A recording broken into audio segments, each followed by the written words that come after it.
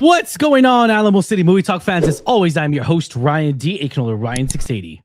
And this is Lex, guys, back at it again with another review. Let's get right to it, Lex. First and foremost, guys, I do want to say, one of the anticipated movies of 2026 definitely this movie. Ever since it first got announced and everything, guys. Obviously, there's no introduction here. We're about to embark on an adventure, on a journey, on a conquest into a mythological world. We're going back in time, guys. That's what we're doing. But let's get right to it. This our review of the Odyssey, written and directed by Christopher Nolan. His adaptation vision of the Odyssey of Odysseus and everything. Obviously, everyone knows Christopher Nolan from Interstellar, Inception, Batman. All this huge director resume here. Insomnia, Tenet. I could go on and on about Christopher Nolan, but yeah, let's get right to it, guys. Obviously, no spoilers here. So I do want to say this before we even get started. There'll be no spoilers here. So you can watch this whole movie review without being spoiled by anything, guys. But yeah, without further ado, Lex, I do want to get your input on this because we just got done seeing it last night, 70 millimeter. And, there's definitely tension here before we saw this movie. A lot of tension because the expectations were really high for this film. They really, really were. I'm gonna read the synopsis, Lex, and then right after me, you could start. What did you think of this review? So kind of gather up your thoughts. But after the Trojan War, Odysseus faces a dangerous voyage back to Ithaca, meeting creatures like the Sirens, Calypso along the way, Cyclops and Calypso along the way. So Lex, would you say this is one of the best movies of 2026? And tell me why. Yeah, man.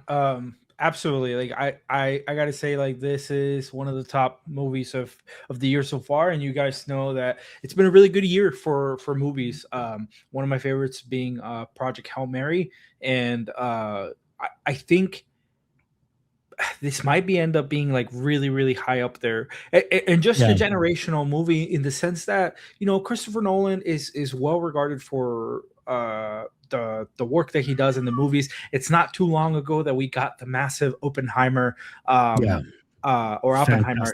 Oppenheimer, I remember in my review, I called it, even though it's not my favorite movie of him, like the Interstellar still holds that space.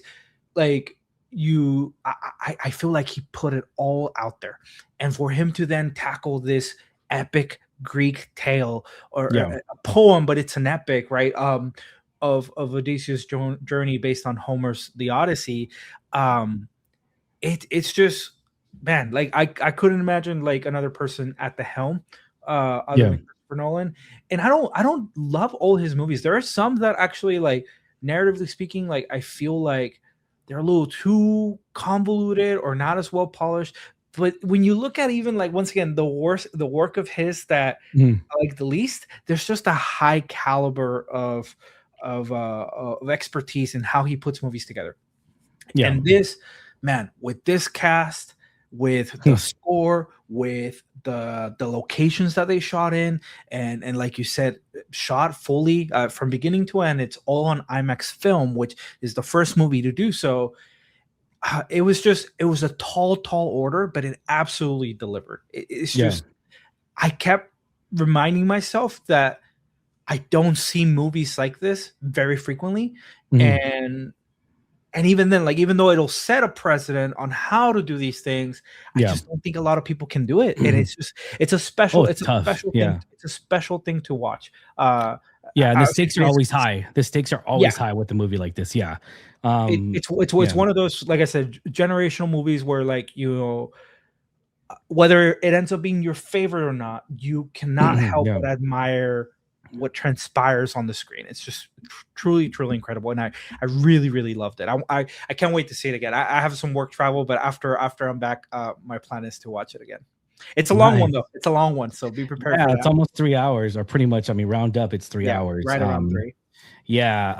One of the things I do want to really say, guys, is it's definitely one of Christopher Nolan's ambitious movies. His because the stakes are always high, especially when it comes to this lore of the Odyssey of Odysseus. We've seen it. I mean, I've done a college paper about this whole mythology and everything, and so you come to a point of literature where you're going into this the literature realm of trying to create something that hasn't been done before. You know, we've seen the Odyssey came out with the 90s movie that came out or 80s movie that came out. That was the last time it was really done. Then we saw the Hollywood version, which was great. I love Troy, but it didn't really go to the lore of the Odyssey, the true nature of it. It just took key event moments that we saw from it was mainly about the Trojan War.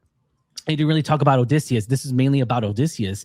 It's more about the journey back, right? Like it's just, exactly. For those that haven't read the Odyssey, which I recommend you do, like it really, think of it like it's a poem that is a collection of stories that were told in like at bars, essentially at these feasts. And this is a no spoiler review, but I'll say like the movie very strategically decided to open with a sequence that kind of harkens to those origins of telling a tale while people are eating, drinking, and you know, like there could be like rumors, and the movie addresses like there's rumors, there's things that are over proportioned or under proportion, underwhelmed. Some people would say like, yeah, he's probably in jail somewhere, or he's probably dead. Like that's the most simplest explanation to it all. And then obviously what Homer, the author, wrote is the set of an epic journey that took over a long period of time, and the movie captures that. Like initially the movie very quickly lets you know it's jumping back and forth at different points of time. It wasn't clear at the start like how much the movie spends, but then you start kind of getting a feel for start getting a feel for the beats of the movie of like, okay, that's around this time, that's before the war, that's after the war, etc., etc.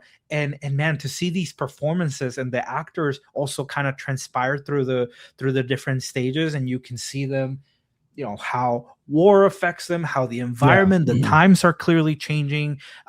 There's violence, and it's just it was such a he's very interesting of how he composes the movie together, because he could have done like a beginning to end situation, but his incorporation of like flashback sequences and once again different adventures, different challenges, and the way that those challenges were shot. There's times where the movie, to be honest guys, like the movie got quite dark and unsettling. Like there was one scene in particular that really had me kind of like in my seat, like I don't like this, but like it's raw, and I said it in the out of theater reaction is there's moments of grand scale epicness, battle, the music goes crazy, there's fire everywhere, and then there's moments of those kind of like really tight shots where it's kind of letting you experience something for a bit. You're either gonna feel once again uncomfortable, or you're gonna feel excited and calm and collected. Yeah, no, the last 45 minutes of this movie is just pure stakes and pure climax. And, you know, I want to say this again, you know, Lex already said it, you know, this movie shot entirely in IMAX, which is just incredible by Christopher Nolan. He gave this treasured literature its moments to shine. He really did. Whether the literature professors will probably be like, oh, we're missing key moments here, and we are. I mean, it's a 3-hour movie. I mean, the book itself is probably like a 8 to 12 hour read. It's like when this got announced, I thought it was going to be a 2-parter. Like you're still missing a lot of key moments, but it still gave us those to a certain degree, right? Because it's only 3 hours long. So take that with a grain of salt, guys. But when going literature professors, take that with a grain of salt. I mean, come on, is it Harry Potter? That's why they're doing a TV series. Harry Potter didn't have all the books either, or didn't have all the like exact moments in the Harry Potter movie. Same thing with Twilight. So it's like, you know, I picture it. It's really good that you brought that point, because I picture it almost like, you know, everyone knows like one particular book, right? But if you ask someone like, hey, can you give me the summary, right? Or tell it to me again, they might skip certain parts, right? And so I see it as like this is Christopher Nolan's way of telling the story. It's gonna miss some parts. They're probably I'm not as freshened up with my story of exactly how the book plays out. There's probably some liberties that are taken, some narrative kind of like things that were joined for the vision that Christopher Nolan had. But man, if this is his story and his take, I'm just quite happy I got to be in that seat. And just for a moment, like once again, we keep talking about the cast because like the cast on paper, the names are insane, but also the performances that they deliver here, even though not a lot of them have as much screen time as you would think based on the names, right? Like if I met Matt Damon, obviously leading Odysseus, Anne Hathaway as Penelope, Tom Holland as Telemachus, I think that's how you pronounce it, Robert Pattinson as Antinous, Lupita Nyong'o as Helen of Troy, Zendaya, Charlize Theron, John Bernthal, Benny Safdie. Like these are, you can pick all these names, right? And they could start in their own movie. They could have their own blockbuster, right? We literally have Spider-Man Brand New Day just around the corner. But even though it's actors you would think demand a lot of screen time, it just speaks to like these people all wanted to work with Christopher Nolan, regardless of the size of the role. There's already that perception of it all, you know, and I completely agree with you. And one of the things I'm gonna really emphasize about this movie is that, you know, you would think CGI would be key moments in here, but it's not. They're all practical, you know, massive practical sets and breathtaking locations. Like whoever did the scouting report is just beautiful. Whether that's Christopher Nolan or he hired someone to do it, whoever did it deserves a damn raise because the scouting, the scouting locations were just beautiful. Like it's almost, you know, it's just like it's crazy to me how those location sites are just beautifully done, and we go back to practical effects. You know, it's definitely one of the must-see on-screen biggest performances that you need to see this year, guys. Matt Damon, you know, as Odysseus, I feel like his performance is highly. It's one of the key highlighted moments in the film. One of his strongest performances, I would say. I want to say, like, I'm even trying to think right now, like a role that I like him in more. Obviously, there's great franchises. The Martian, and I know there's The Martian. Yeah, he was great in The Martian. So moment, it's very likely recency bias, Ryan, because we just saw this. But man, he's gonna get nominated. He's 100% gonna get nominated in the Academy. I don't see a world where he doesn't get nominated. I'm not gonna say he's winning it just yet, but like no, we still got a whole rest of the year. Yeah, we still got nominated. Nominated. Absolutely. And once again, I just can't remember a performance of his that I have felt just that tops this. It might be the skill of the movie, it might be I don't know, but the amount of detail that you get here. I also wanted to point out, like, not everyone's a movie format nerd, but the technological breakthrough from this movie of just how the way that it was shot. I didn't know this because sometimes I intertwine of how many different like there's shot for IMAX, there's like partly shot in IMAX film, there's things like that. But this one, once again, being the first one that does it all in the IMAX IMAX film in its entirety, I found out why that is, like why it's the first time. And it's because these are gigantic cameras that are so they're so tedious and painful, expensive, but they're painful to operate because every I think I was seeing some behind the scenes stuff. Every 2.5 minutes, you have to swap the film reel. That's all it can handle so much because it's a large format. So imagine like you have someone every 2.5 minutes on this 3-hour movie that before it was cut, it was probably a 6-hour movie, right? Like every 2.5 minutes you have to swap out the film. When they're in a scene or when they're trying to like, hey, like, do we still filming? Do we stop? It's like, and also those moments where the actors are really like in the mood or in the moment, right? And so we want to make sure we get that on camera. But it's beautiful. I noticed like great wide shots. I know we didn't see it in IMAX 70. That would have been awesome, but I know there's very few. But we saw it in the 70mm format. Yeah. We're still missing a good bit of the actual full frame.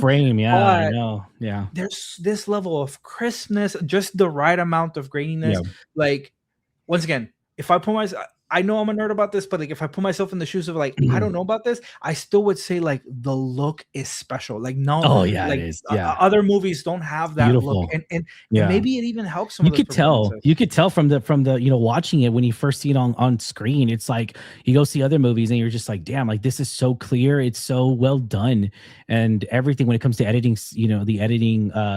pre-editing and everything. It's done very well. And Like you camera don't edit angles. it on a Yeah. computer either. They have to Yeah. splice the cells, and Yeah. then if you want to It's a lot of color work. grade it, they do it analog. It's just Yeah. like it was blowing my mind. There's I mean, interviews about this. I Nolan's color, highly recommend it. yeah, Nolan's color grading is just great. I mean, it works with the style that he always goes for. It's like, and then at the very end, I was all ah.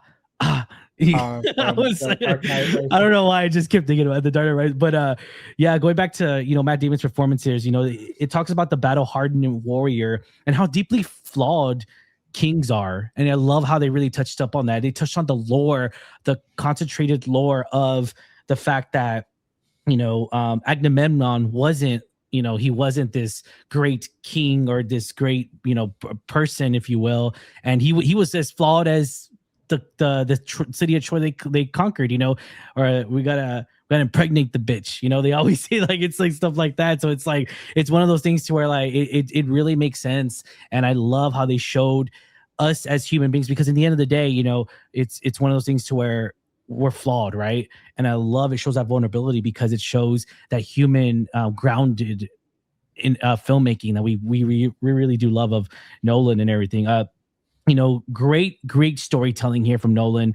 Huge emotional swings. There's just so much emotions in this movie that I was just like, damn, like it's literally like the boat, like you're in the boat with them, and literally like you're watching them, right? But your emotions are going like this at the same time, and you get to kind of see what really Matt Damon is going through these struggles, and through these, through his own guilt. Through his own guilt, how much he disrespected the gods, if you will. Yeah, and the weight of a leader, the way that honor and stuff like that is like how precious it is, and what happens if you violate that honor or those set rules. Obviously, it happens within the realm of Greek mythology, right? So there's specific rules, there's specific deities that you anger with certain things. And so the movie, I think, did a great job at establishing that tone and how important it is, and just once again that shift of like the world is changing, and to an extent it has some messages that kind of reflect upon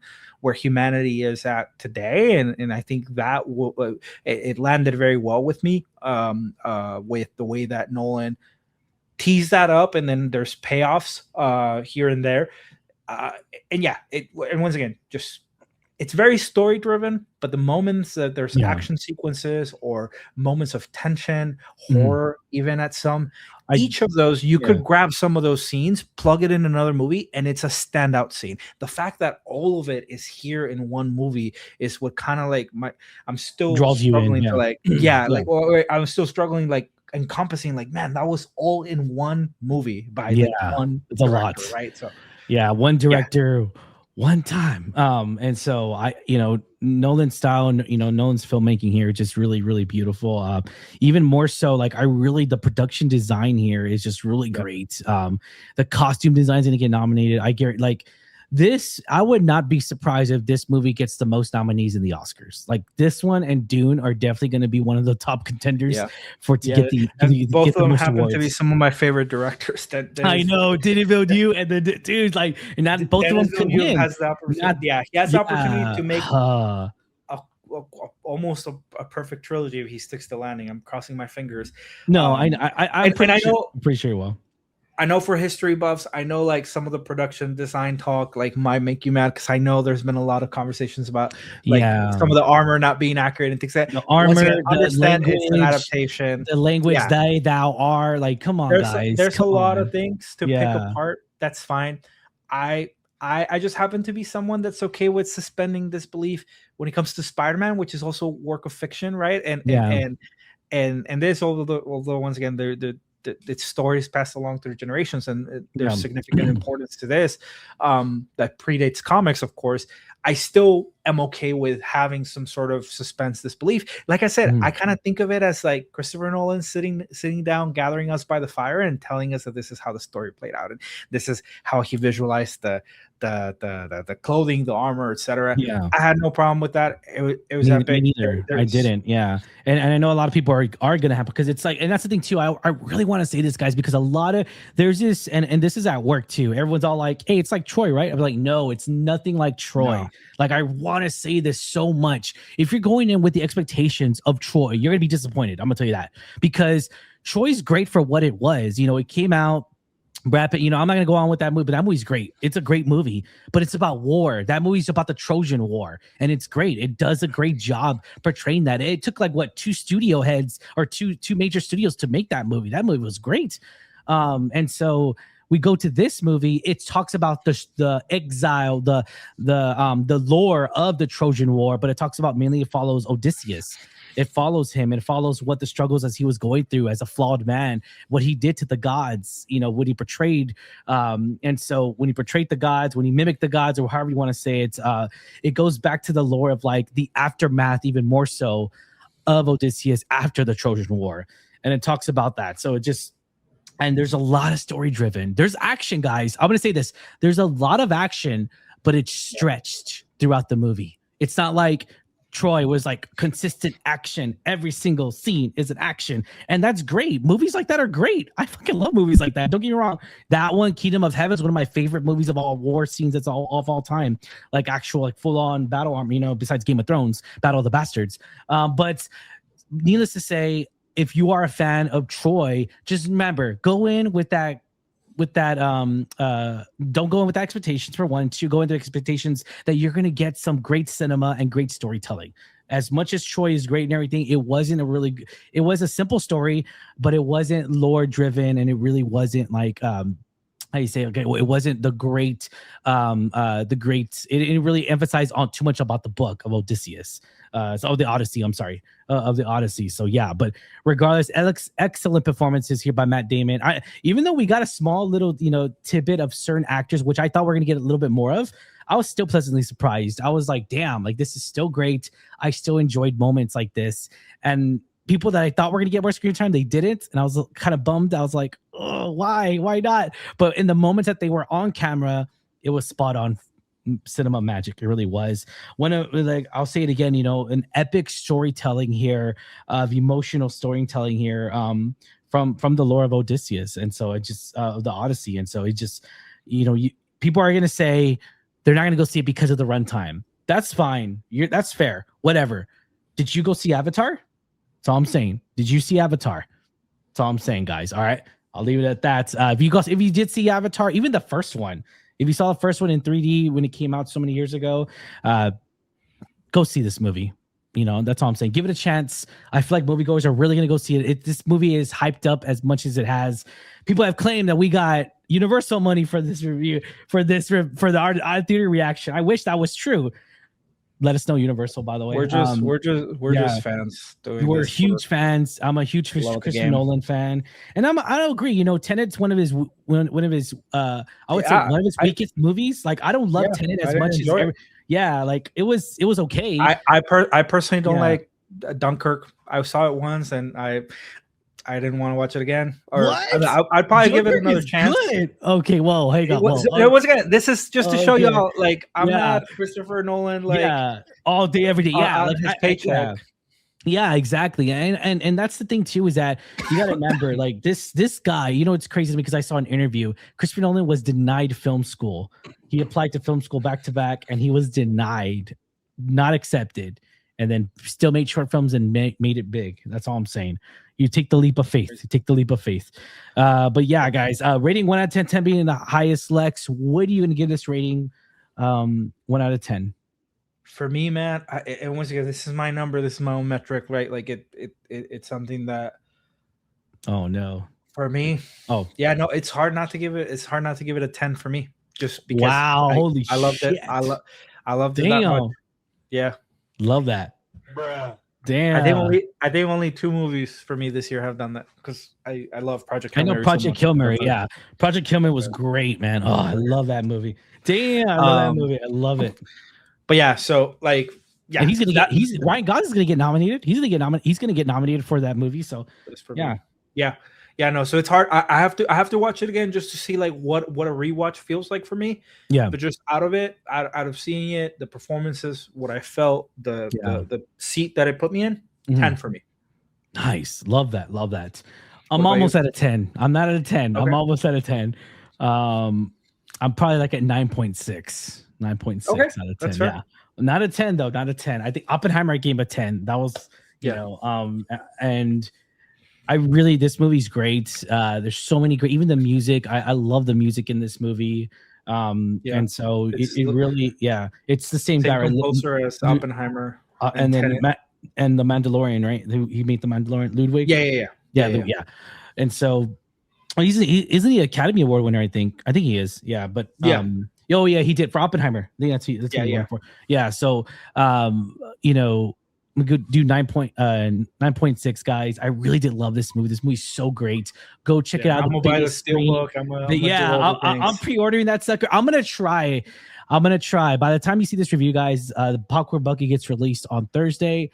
I'm gonna try my hardest to go get it. I don't know if I'm gonna be able to. I'm gonna try to go to the theater because they always sell out very quickly. I want to get the camera IMAX Popcorn Bucket. At this rate, if I don't get it, I'm gonna have to buy it on resale. Fuck it. I'm gonna have to, bro, because I really want it. Like I really want it. And it's really cool because it lights up. You can see inside. There's like a scene from the Odyssey. So I really love that Popcorn Bucket, and I need it. I need it to add it to my collection.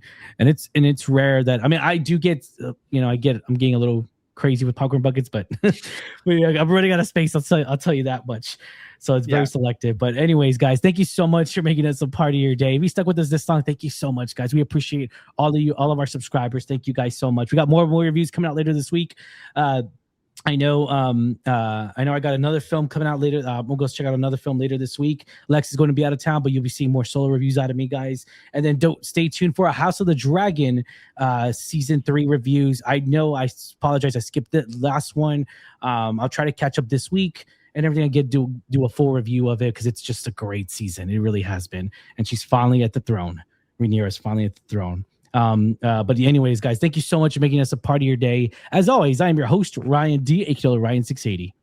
This was Lex. Take care, everyone. Have a good one, guys. We'll see you at the movies. Latest.